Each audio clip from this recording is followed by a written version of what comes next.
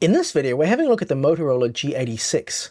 Hi, I'm Lee. Welcome to the channel. I hope you're having a lovely day. So this is the Motorola G86. This is sort of like one of the more entry-level models. They've got the G86 and the G56. I'll be covering the G56 in another video.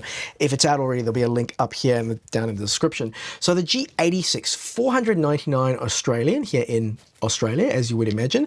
But what are you getting for that 499? Quite a lot. Let's get into it. So this is the... What color would this be?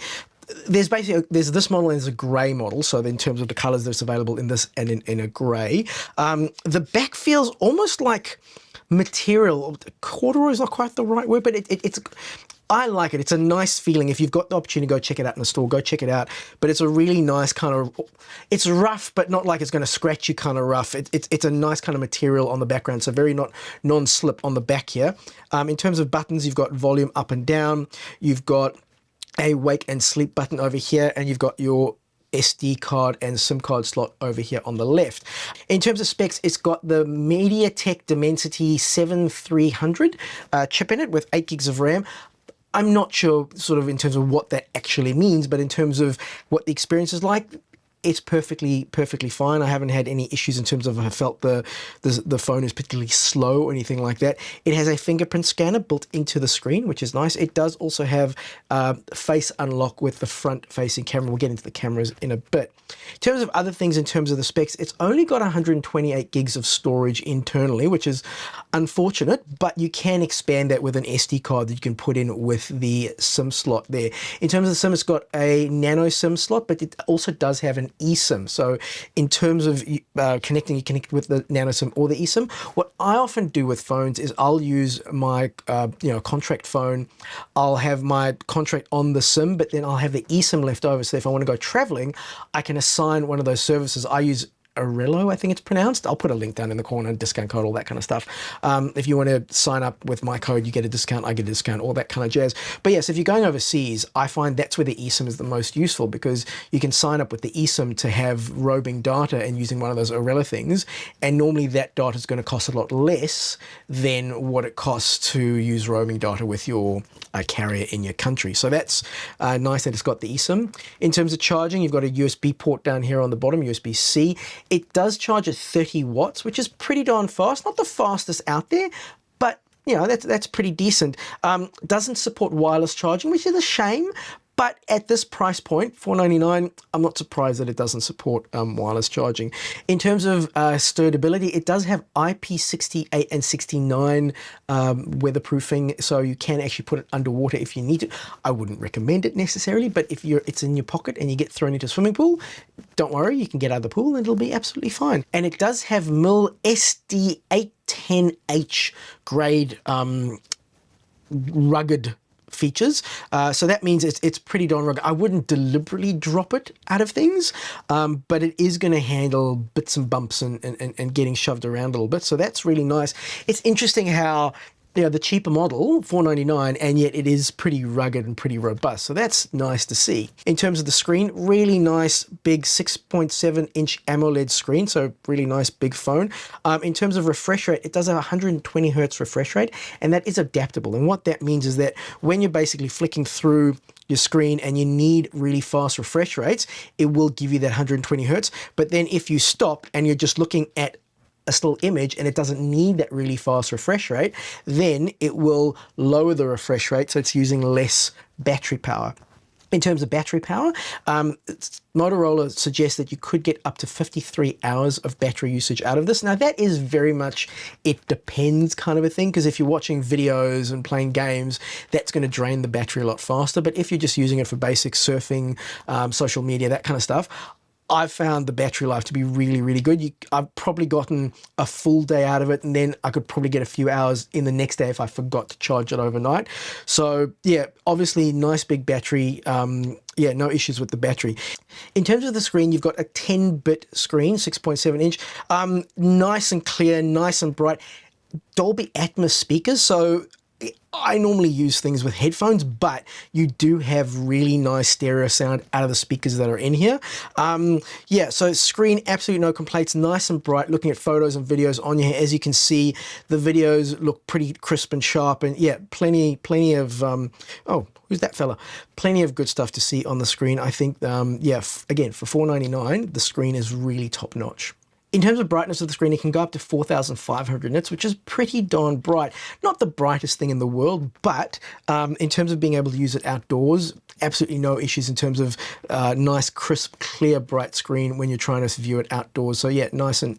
So yeah, pretty happy with the screen in terms of functionality on the screen, really, really good. In terms of gaming on the G86, you can see here that it's running perfectly smoothly. The graphics are, you know, toned down a little bit. I think you can see that, you know, things aren't quite as sharp as you'd normally expect them to be. But in terms of performance and just, you know, getting in there and playing the game, look, it doesn't look amazing, or it doesn't look as sharp as I know it can on, you know, gruntier phones. But in terms of actually getting in there and actually just playing the game, you know, you can see here the performance is absolutely just fine. So yeah, look, not going to break any records when it comes to gameplay and stuff like that, but it's perfectly serviceable and will get the job done if you want to play games on it. In terms of the software, it comes with Android 15, and I believe you've got 4 years of security updates. I'm not sure how many years of software updates you've got with this. Maybe someone can let me down there in the comments. I tried to find it on their website, and I couldn't quite find how many years of software updates you're going to get. But generally, again, I'm guessing here, but generally you get about 3, so 2 or 3. So I think that's probably where it's at. Some nice little individual Motorola features that you have with the phone.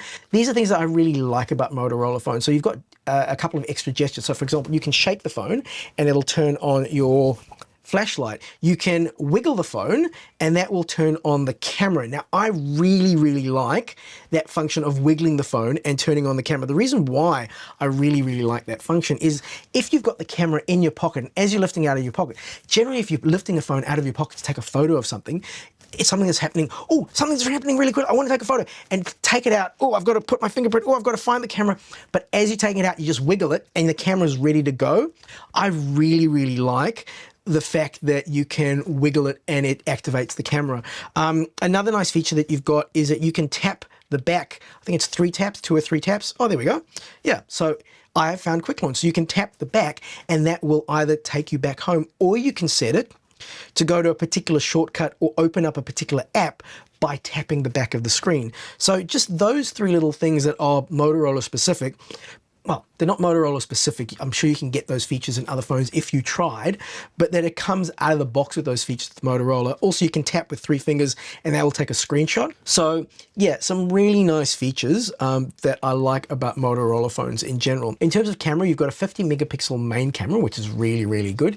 You've also got an 8 megapixel ultra wide, and you've got a 32 megapixel front camera. So in terms of the quality of the cameras that you get on this phone, I think, again, for $4.99, I think you're getting really, really good quality cameras. In terms of the specs of the video cameras, you can shoot 4K up to 30 frames per second. If you want to shoot 60 frames per second, you do have to go to full HD, which is 1080. And you do have 240 frames per second, so like ultra slow-mo in HD. In terms of the quality of the photos, I found the quality of photos to be pretty good. It's actually, it's got a Sony sensor, I think, in there. And in terms of low light, it's using AI. I mean, the AI stuff, it is or it isn't. But I found that it's not amazing in low light. Again, for $4.99, you don't expect it to be amazing in low light, but it's a lot better than what I would expect a $4.99 phone to have in a low light camera. So overall, in terms of the value that you're getting for $4.99, in terms of the quality of the cameras and the photos and the videos you're going to get out of it, I think it's absolutely fine. The front camera, it's okay. It's not great, but you know, it'll do the job. So you know, for some nice selfies and things like that. But if you want to take some, you know, more serious photos, use the camera on the back. Another nice feature that's just worth mentioning is that in the box you get a cover, which is the same color as the phone, or more or less. And yeah, so it's a hard plastic cover. But yeah, it's amazing how you know, in the cheaper phones, or the more affordable phones, let's call it, how with the more affordable phone, you get a cover with the phone, which is a really nice touch. So yeah, nice feature that it gets a cover with the phone. So what's my overall take on the G86? I think you know, again, there's some features that I would like to have there, but for $499, I appreciate why they may not be there. I think for the money that you're paying, $499 is absolutely fair, and you're getting pretty darn good value and a nice looking phone for $499. So yeah, if you're in the market for a sub 1,000, sub 1,000 smartphone, I think the Motorola G86 is something that's definitely worth having a look at. I hope this video was helpful. I hope it was useful. If you have found this video helpful or useful, please like and subscribe. If you've already subscribed, thank you so much for your support, and we'll catch you on the next time. Safe and happy, whatever it is you're doing.